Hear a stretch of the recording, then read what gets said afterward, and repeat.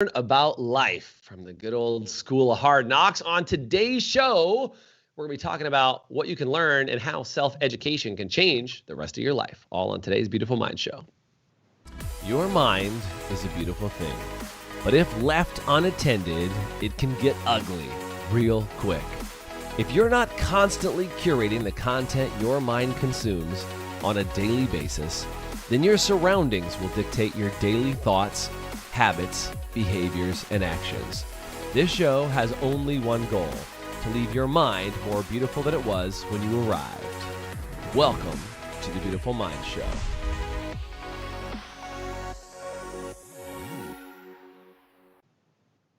So today, I actually used to do this. And by the way, if this is your first time meeting me, you might not know this, but on my LinkedIn profile, it always asks me, where did you go to school? And one of my favorite answers to where did you go to school is the School of Hard Knocks. Why do I like that title of Hard Knocks? Because I am one of those people who did not go to college, who did not go to get a master's degree or do any of that.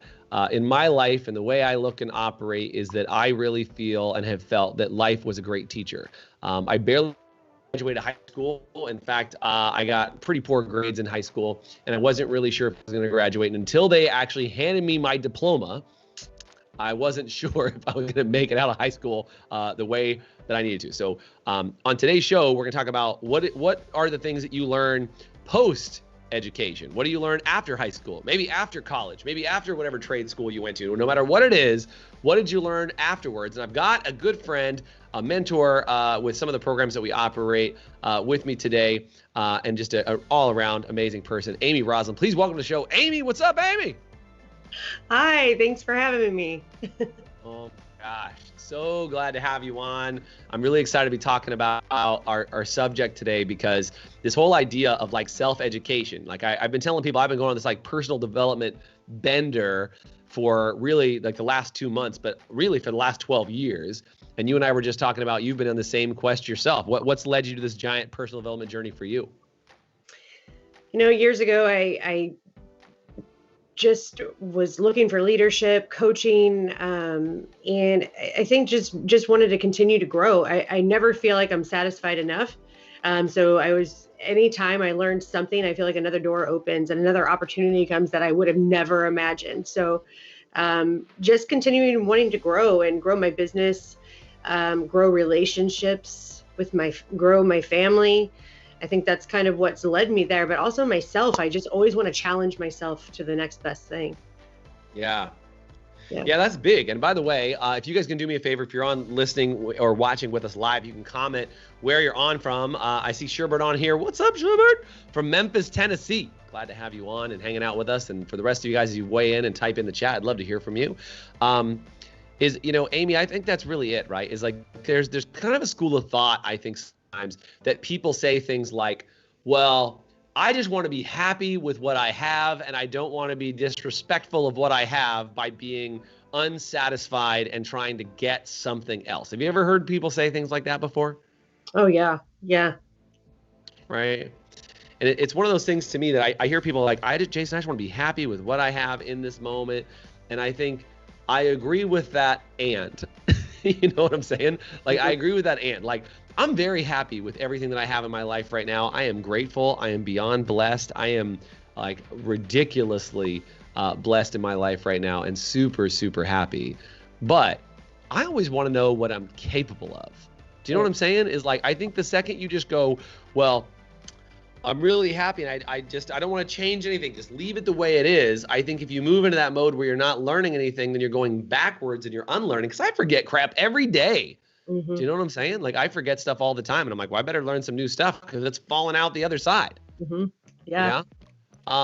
So tell me about you, Amy. Tell me what have been some big spots in you, like the School of Hard Knocks, and they call it Hard Knocks because it's like you get smacked in the head and you learn something. What have been some hard knocks for you that have taught you some lessons, or what have been some places you've gone to get some learning outside of, regular education? It's so funny. I just reflected on this about 2 days. Well, yeah, my birthday was 2 days ago, turned 44. And woo, woo. By the way, happy birthday. Thank you. And I reflected back to like what's happened in the last 44 years. Like, what have I done and where have I came from? And so I was like thinking of all the accomplishments and all the things I've achieved, but not even just backwards, but what's going forwards. And so from there, I kind of was like, all right, this is awesome, but what's possible and like what's next? Yeah. And so I'm always thinking of what's the next thing, right? And so I think just asking that question is like, oh, wow, just thinking of all the things of all the different pivotal points in my life that may have been very scary or very hard to get through, but what personal journey that led me on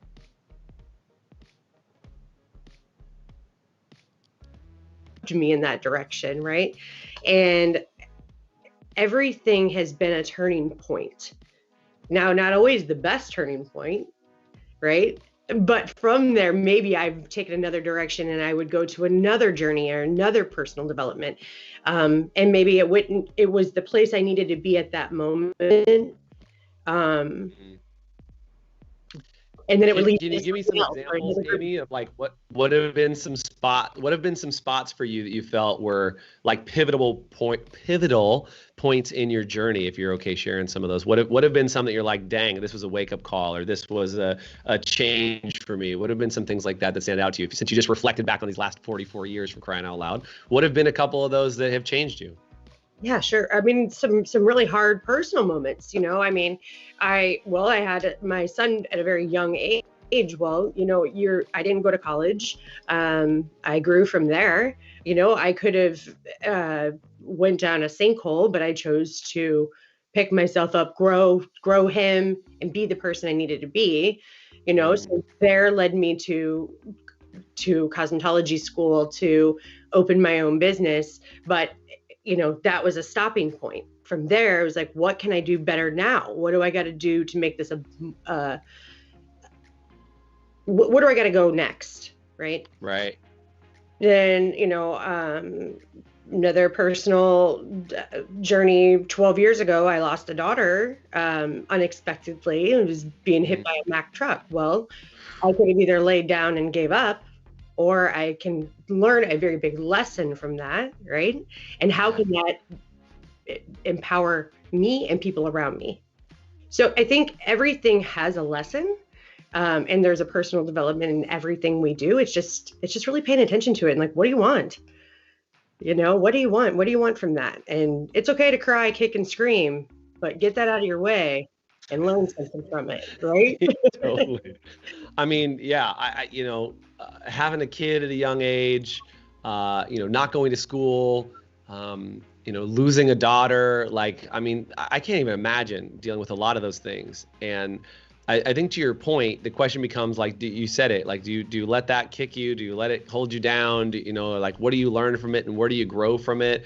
What would you say were the things? Cause like, did you feel like you learned from those things, Amy, in the moment? Like, cause I'm sure people are like, oh, there's a good reason for this to have happened to you. Like, did you have people that were telling you like, don't worry, it's all good in the moment? And were you happy about that? Were you upset about it? Like, when did the learning come from you on those moments that were really challenging? What would you say? I think, you know, when they were really challenging, sometimes your emotions would get in the way. But if you know, I don't know, I guess I'm trying to think of exact moments. And I remember though, you know, I remember saying, well, you can hunker down and not do anything, or you can get up and do something. Right. Yeah. And I remember that. And it was during a time of also recession. So my husband was also laid off, right? So I still had, the company still had to go on, and life still had to go on, and my son still needed me, my husband still needed me, and I needed me. So I had to learn how to grow to also grow for others, right? Yeah. And at that point, I think you just you pay attention to what lessons are happening around you, and know that sometimes your emotion's going to get in the way, but after that there is a lesson, right? There's something. Yeah. So for you, it was more about, if I'm understanding what you said right, is for you, it was more about staying in motion when you were in those moments so the lesson could come later, not necessarily like that one moment taught you a great lesson and then, okay, thanks. Next, it was like you just stayed in motion so that the lesson could come later. Yeah, absolutely. Yeah. Kept moving. Mm-hmm. Well, and so what would you say are some of the lessons that you've taken away from that? I mean, what have you said are like have become, what makes you different or stand out from another person? I mean, I've never lost a child. I can't even imagine like what that's like. What would you say is a lesson that separates you a little bit from having that experience? Like what's the lesson that you got from that for you or for those around you, or how has it been good for you in any way, shape, or form? Yeah. I mean, If it has. Everything looked so different, I mean, after that day, literally the sky color looked different. Everything looked different. And I think just learning to communicate with people in a different way. I remember somebody told me, they're like, you're going to handle it one way and your husband's going to handle it another. Mm-hmm. And I never had understood communication like that. Right. Which carried into everything I do. And so I think communication, presence, knowing that there's nothing's guaranteed to us. I mean, the unexpected, and taking opportunities as they come your way. That's been really, really big. So can you give me an example of opportunity? Like, what about opportunities? What have you learned about that? Because to your point, everything's unexpected. People handle things differently. Being present and being aware of opportunities, because you never know what's there. Mm-hmm. What kind of opportunities have you paid attention to, or that you've been benefited from just looking at this idea that anything can happen? I think just opportunities like any with business and I mean, it comes to mind for me is like, I jumped on with High Performance Salon Academy. I jumped on with you guys. I went somewhere that I had never thought that I would go. Didn't even know where I showed up to in San Diego or what I was there for. I mean, truthfully, like I was like, I don't even know what I'm here doing, but I'm here. And you took a leap of faith there. Yeah. I mean, shoot, we just, we went and shot machine guns and drove tanks and, I think just pushing myself to the next level. But what I've learned when I do that, though, how much it affects others. It's not just about me, it's about how that spreads out upon everybody else. And so that's what I've really just noticed as I take challenges, or I'm focusing on me, I'm growing me, but I'm actually spreading that out among a lot of people, even when you don't realize it. So I just think that that's super powerful. And that's been a big lesson to me. Also huge opportunities there. Well, yeah. So tell me about spreading it out over other people. So like you said, you've trusted going and doing something random and having that be beneficial, right? And kind of trusting that could be a good thing of just taking a risk. How does that spread to other people, or what do you hope people see you and then learn, or from knowing you, what do you hope that they learn from that? I hope they learn strength and trust, and to take challenges when they come their way. And I don't know, I just I really love when somebody reaches out and they're like, "Wow, what are you doing?" Yeah, like, here's what I'm doing. I'm taking these challenges, I'm taking these risks, but they play into other parts of my life. So if people are also doing that in their own lives, they're going to grow beyond what they ever thought that they could do. And that's what I love to see and share whenever I'm doing these challenges, or, people see the personal growth, that they'll find it within themselves too. Yeah. Do you find you have like a gut, like how do you make a decision about if something's a good idea? To your point on taking a risk, when do you decide like, oh man, I should go to the casino and gamble this $4,000 that I have on red at the casino? Well, that would versus right, different type of risk versus versus the idea that you can have something help you or set you up or serve you in a way that is sorry, I got distracted. I got like triple Jasons going on for a second there. But what I was gonna say is like, how do you make sure that like when you get that risk, you know when to act versus when to hold back? How do you make that determination? Like what does Amy Roslin do to go, yes, I'm gonna take this risk, or no? Is it just like anybody asks you, you're like, hell yeah? Like what's your criteria for taking risks? Anymore, I feel like it's almost hell yeah. I mean, like I feel like everything that I've been led to, like I said, everything I've been led to lately in the last few years has been just another opportunity. So it's just another door opening. So most of the risks that I'm taking are things that I'm like, yeah, because it's going to give me another opportunity somewhere else. So yes, we have a joke. We always joke. We're like, yes, here's my card.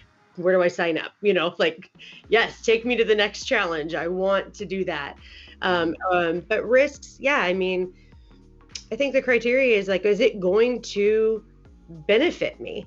Is it going to grow me next level? Is it going to add value to my life? Yeah.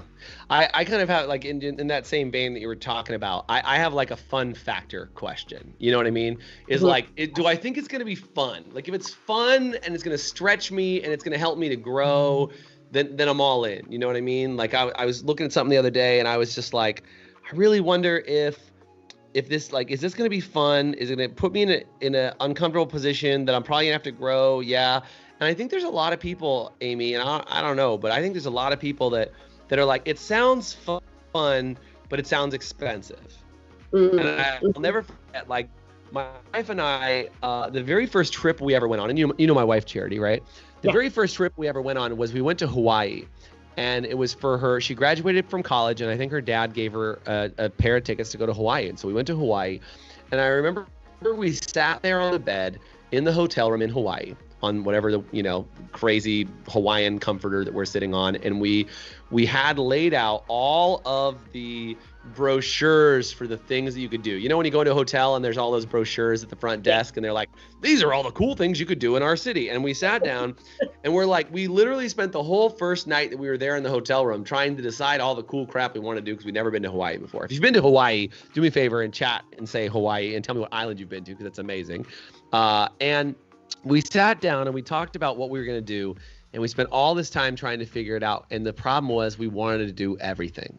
And I remember thinking, oh crap, how much money did we bring? Can we afford to go? Every additional excursion was like $100, and it was like, well, how many hundreds of dollars can we spend in extra money that was on this free trip? We were both basically like, she was just graduating college. I was just barely working. And so we were trying to figure it out. And we said yes. I think out of our 7-day trip, we probably said yes to like 5 different crazy excursions. And those were life-changing for me.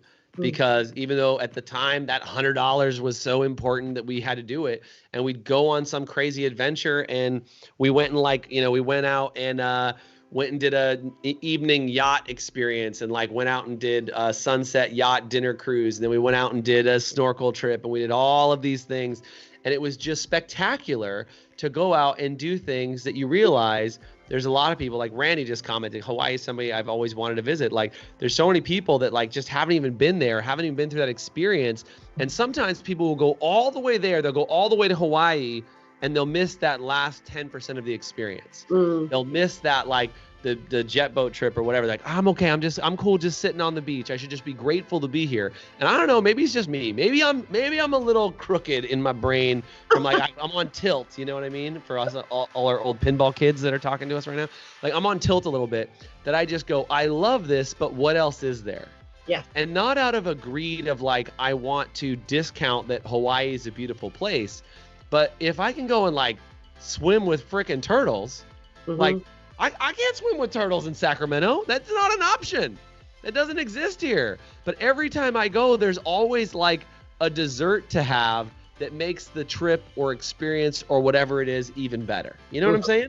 Yeah, I agree 100%. It's just, you don't want to leave anything on the table, right? Yes. It's just an opportunity there. You got to take it. You don't know. What if you're not coming back and you say that one thing? So that's kind of, I guess that's it. Like, that's it. That one thing of like, well, what if I regret that? I guess I better do that. So, I mean, nothing left behind, right? Nothing left on the table. Well, and I think to your point on when you have those experiences, I mean, when you have an experience of loss, and again, like you did, or you have an experience where you thought something was going to work out one way and it didn't, And again, maybe for me, and that loss was like me going to school or deciding I wasn't going to do what I thought I was going to do because I thought I was going to move to LA and be an actor. That was what I was going to do. I was going to be a super famous actor. It clearly worked out for me.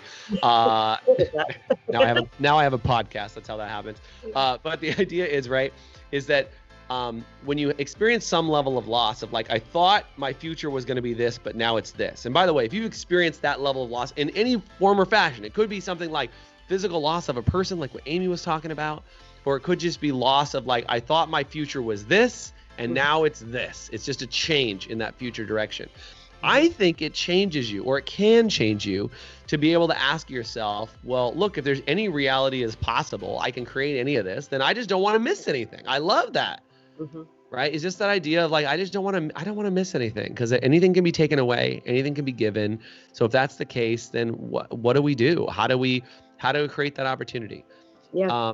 And to your point, like, yes, and here's my card. I'm all about that. Every time I've been on vacation, I go back to that vacation analogy. Every time I go on vacation, there's never a bad dollar that I've spent on vacation. Do you know what I'm saying? Yeah.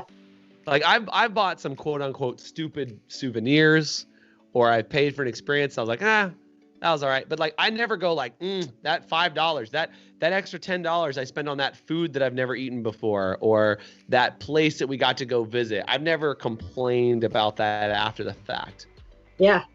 I think memories are what's created there. I mean, and that lasts forever. So when you do things, or you eat something strange that you wouldn't have done before, or you take a risk on doing, I don't know, jumping out of a plane or something, you're going to talk about those experiences for a long time. But I think also too, what happens with those experiences, you grow with those, right? You now know that you can do that. So it gives you a little more confidence, a little more boost to do the next thing. And that next thing also, I think, just incorporates into life. And I love, like, example, shooting that machine gun, you saw my face. It was probably one of the most horrifying moments of my life, but I did it. Yeah. I have pictures. I have mental pictures of you from that trip. And by the way, if you guys don't know, we do something called High Octane Adventures. And Amy went with us. Actually, Lindsay Haney, who was on a previous podcast, and Amy Roz. And I just watched the video because Lindsay shared it on your page for your birthday. Yeah. And she shared that video of you guys after you'd rolled your Polaris racer on the racetrack after jumping it 35 feet in the air, whatever, normal things. But I have this mental image of you screaming bloody murder as people were crushing cars in the tanks. And then I have this picture of your face after shooting that machine gun. Just terrified me. Right. And I have pictures of you, and I have mental video and pictures of you, and actually real video of you too, cackling like a crazy person after rolling that Polaris Razor. And to your point is like, what, those heightened crazy states of emotion where you're just doing something way beyond yourself are so much fun. And I would also add in there, because we're talking about self-education, is like those education moments of like doing something like shooting a machine gun. That's education. It is education, right? It is. Yeah. It's Amy Rosalind, by the way. Somebody asked what's Amy's last name. Find her. I'll tag her in this. She'll comment in the comment section. Find Amy. Know what she does. She's great. Amy, by the way, runs a salon down in St. Louis. She's got a salon in You're in the city of St. Louis, right? Is where your salon is? Well, we're about 40 miles outside of St. Louis. You're like, when I say Sacramento, I don't really mean Sacramento. It's the same thing. Right. Yeah. I don't really mean Sacramento, but that's the closest place you can think of. Yeah. It's just an easier way to say it. I totally get it. So, we're talking about education and the School of Hard Knocks. And it's like, I think there's something magical, Amy, about learning something from rolling a quad on a racetrack that you just can't get in a classroom. Like even now, right? You're hearing about us talking about that machine gun, and like Amy and I could be the best, like, let's describe the process of shooting this machine gun to the best possible. Yeah. But like the gut emotion that you feel, because I have never shot a machine gun till that day either. And I remember sitting there and I was like, I'm watching, because we had a bunch of you guys with us, and I remember we had Russ and I'm drawing a blank. One of the other guys who was with us. We had Todd, Russ, and Greg. And Greg. Oh my gosh, can't forget Greg. Right. With Todd, Russ, and Greg. And they're like, I love these machine guns. Give me the machine guns. I want to shoot these things because it'll be fun. And then we had all these other people, and there was 3 people that didn't even want to go in the room that we were shooting machine guns. And they're like, I'm not going to go. And I remember Leah and Lindsay Lowe, and they were like in the corner, and they're like, I'm not going to touch it. Yeah. Remember, we walked over to the machine guns. I put my hand on Leah, and I was like, hey, if you don't want to do this, you don't have to do it. Like, it's really okay. You absolutely don't have to, but I just would say you're 99% of the way there. I got you in the room. Mm-hmm. Do you want to walk over and touch the gun? Mm-hmm. Okay.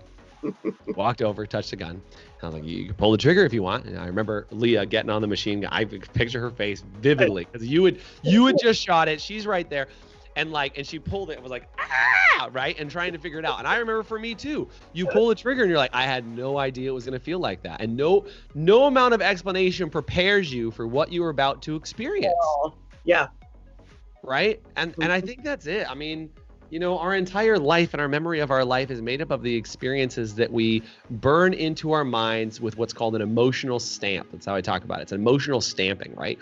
Is you have an experience you've never had before, and it becomes this emotional stamp, and that makes up the fabric of how you operate in your mind of your past experiences. And I think so many people so often are just not looking to do any stamping. In fact, they just want to kind of clean it up, get the Clorox wipes out, make sure everything's clean and tidy and neat, and let's not put any risks out there. And I think the mistake is thinking that when you went to school, high school, junior high, elementary school, or even college or trade school or whatever other place that you went, that was the finish line of your education.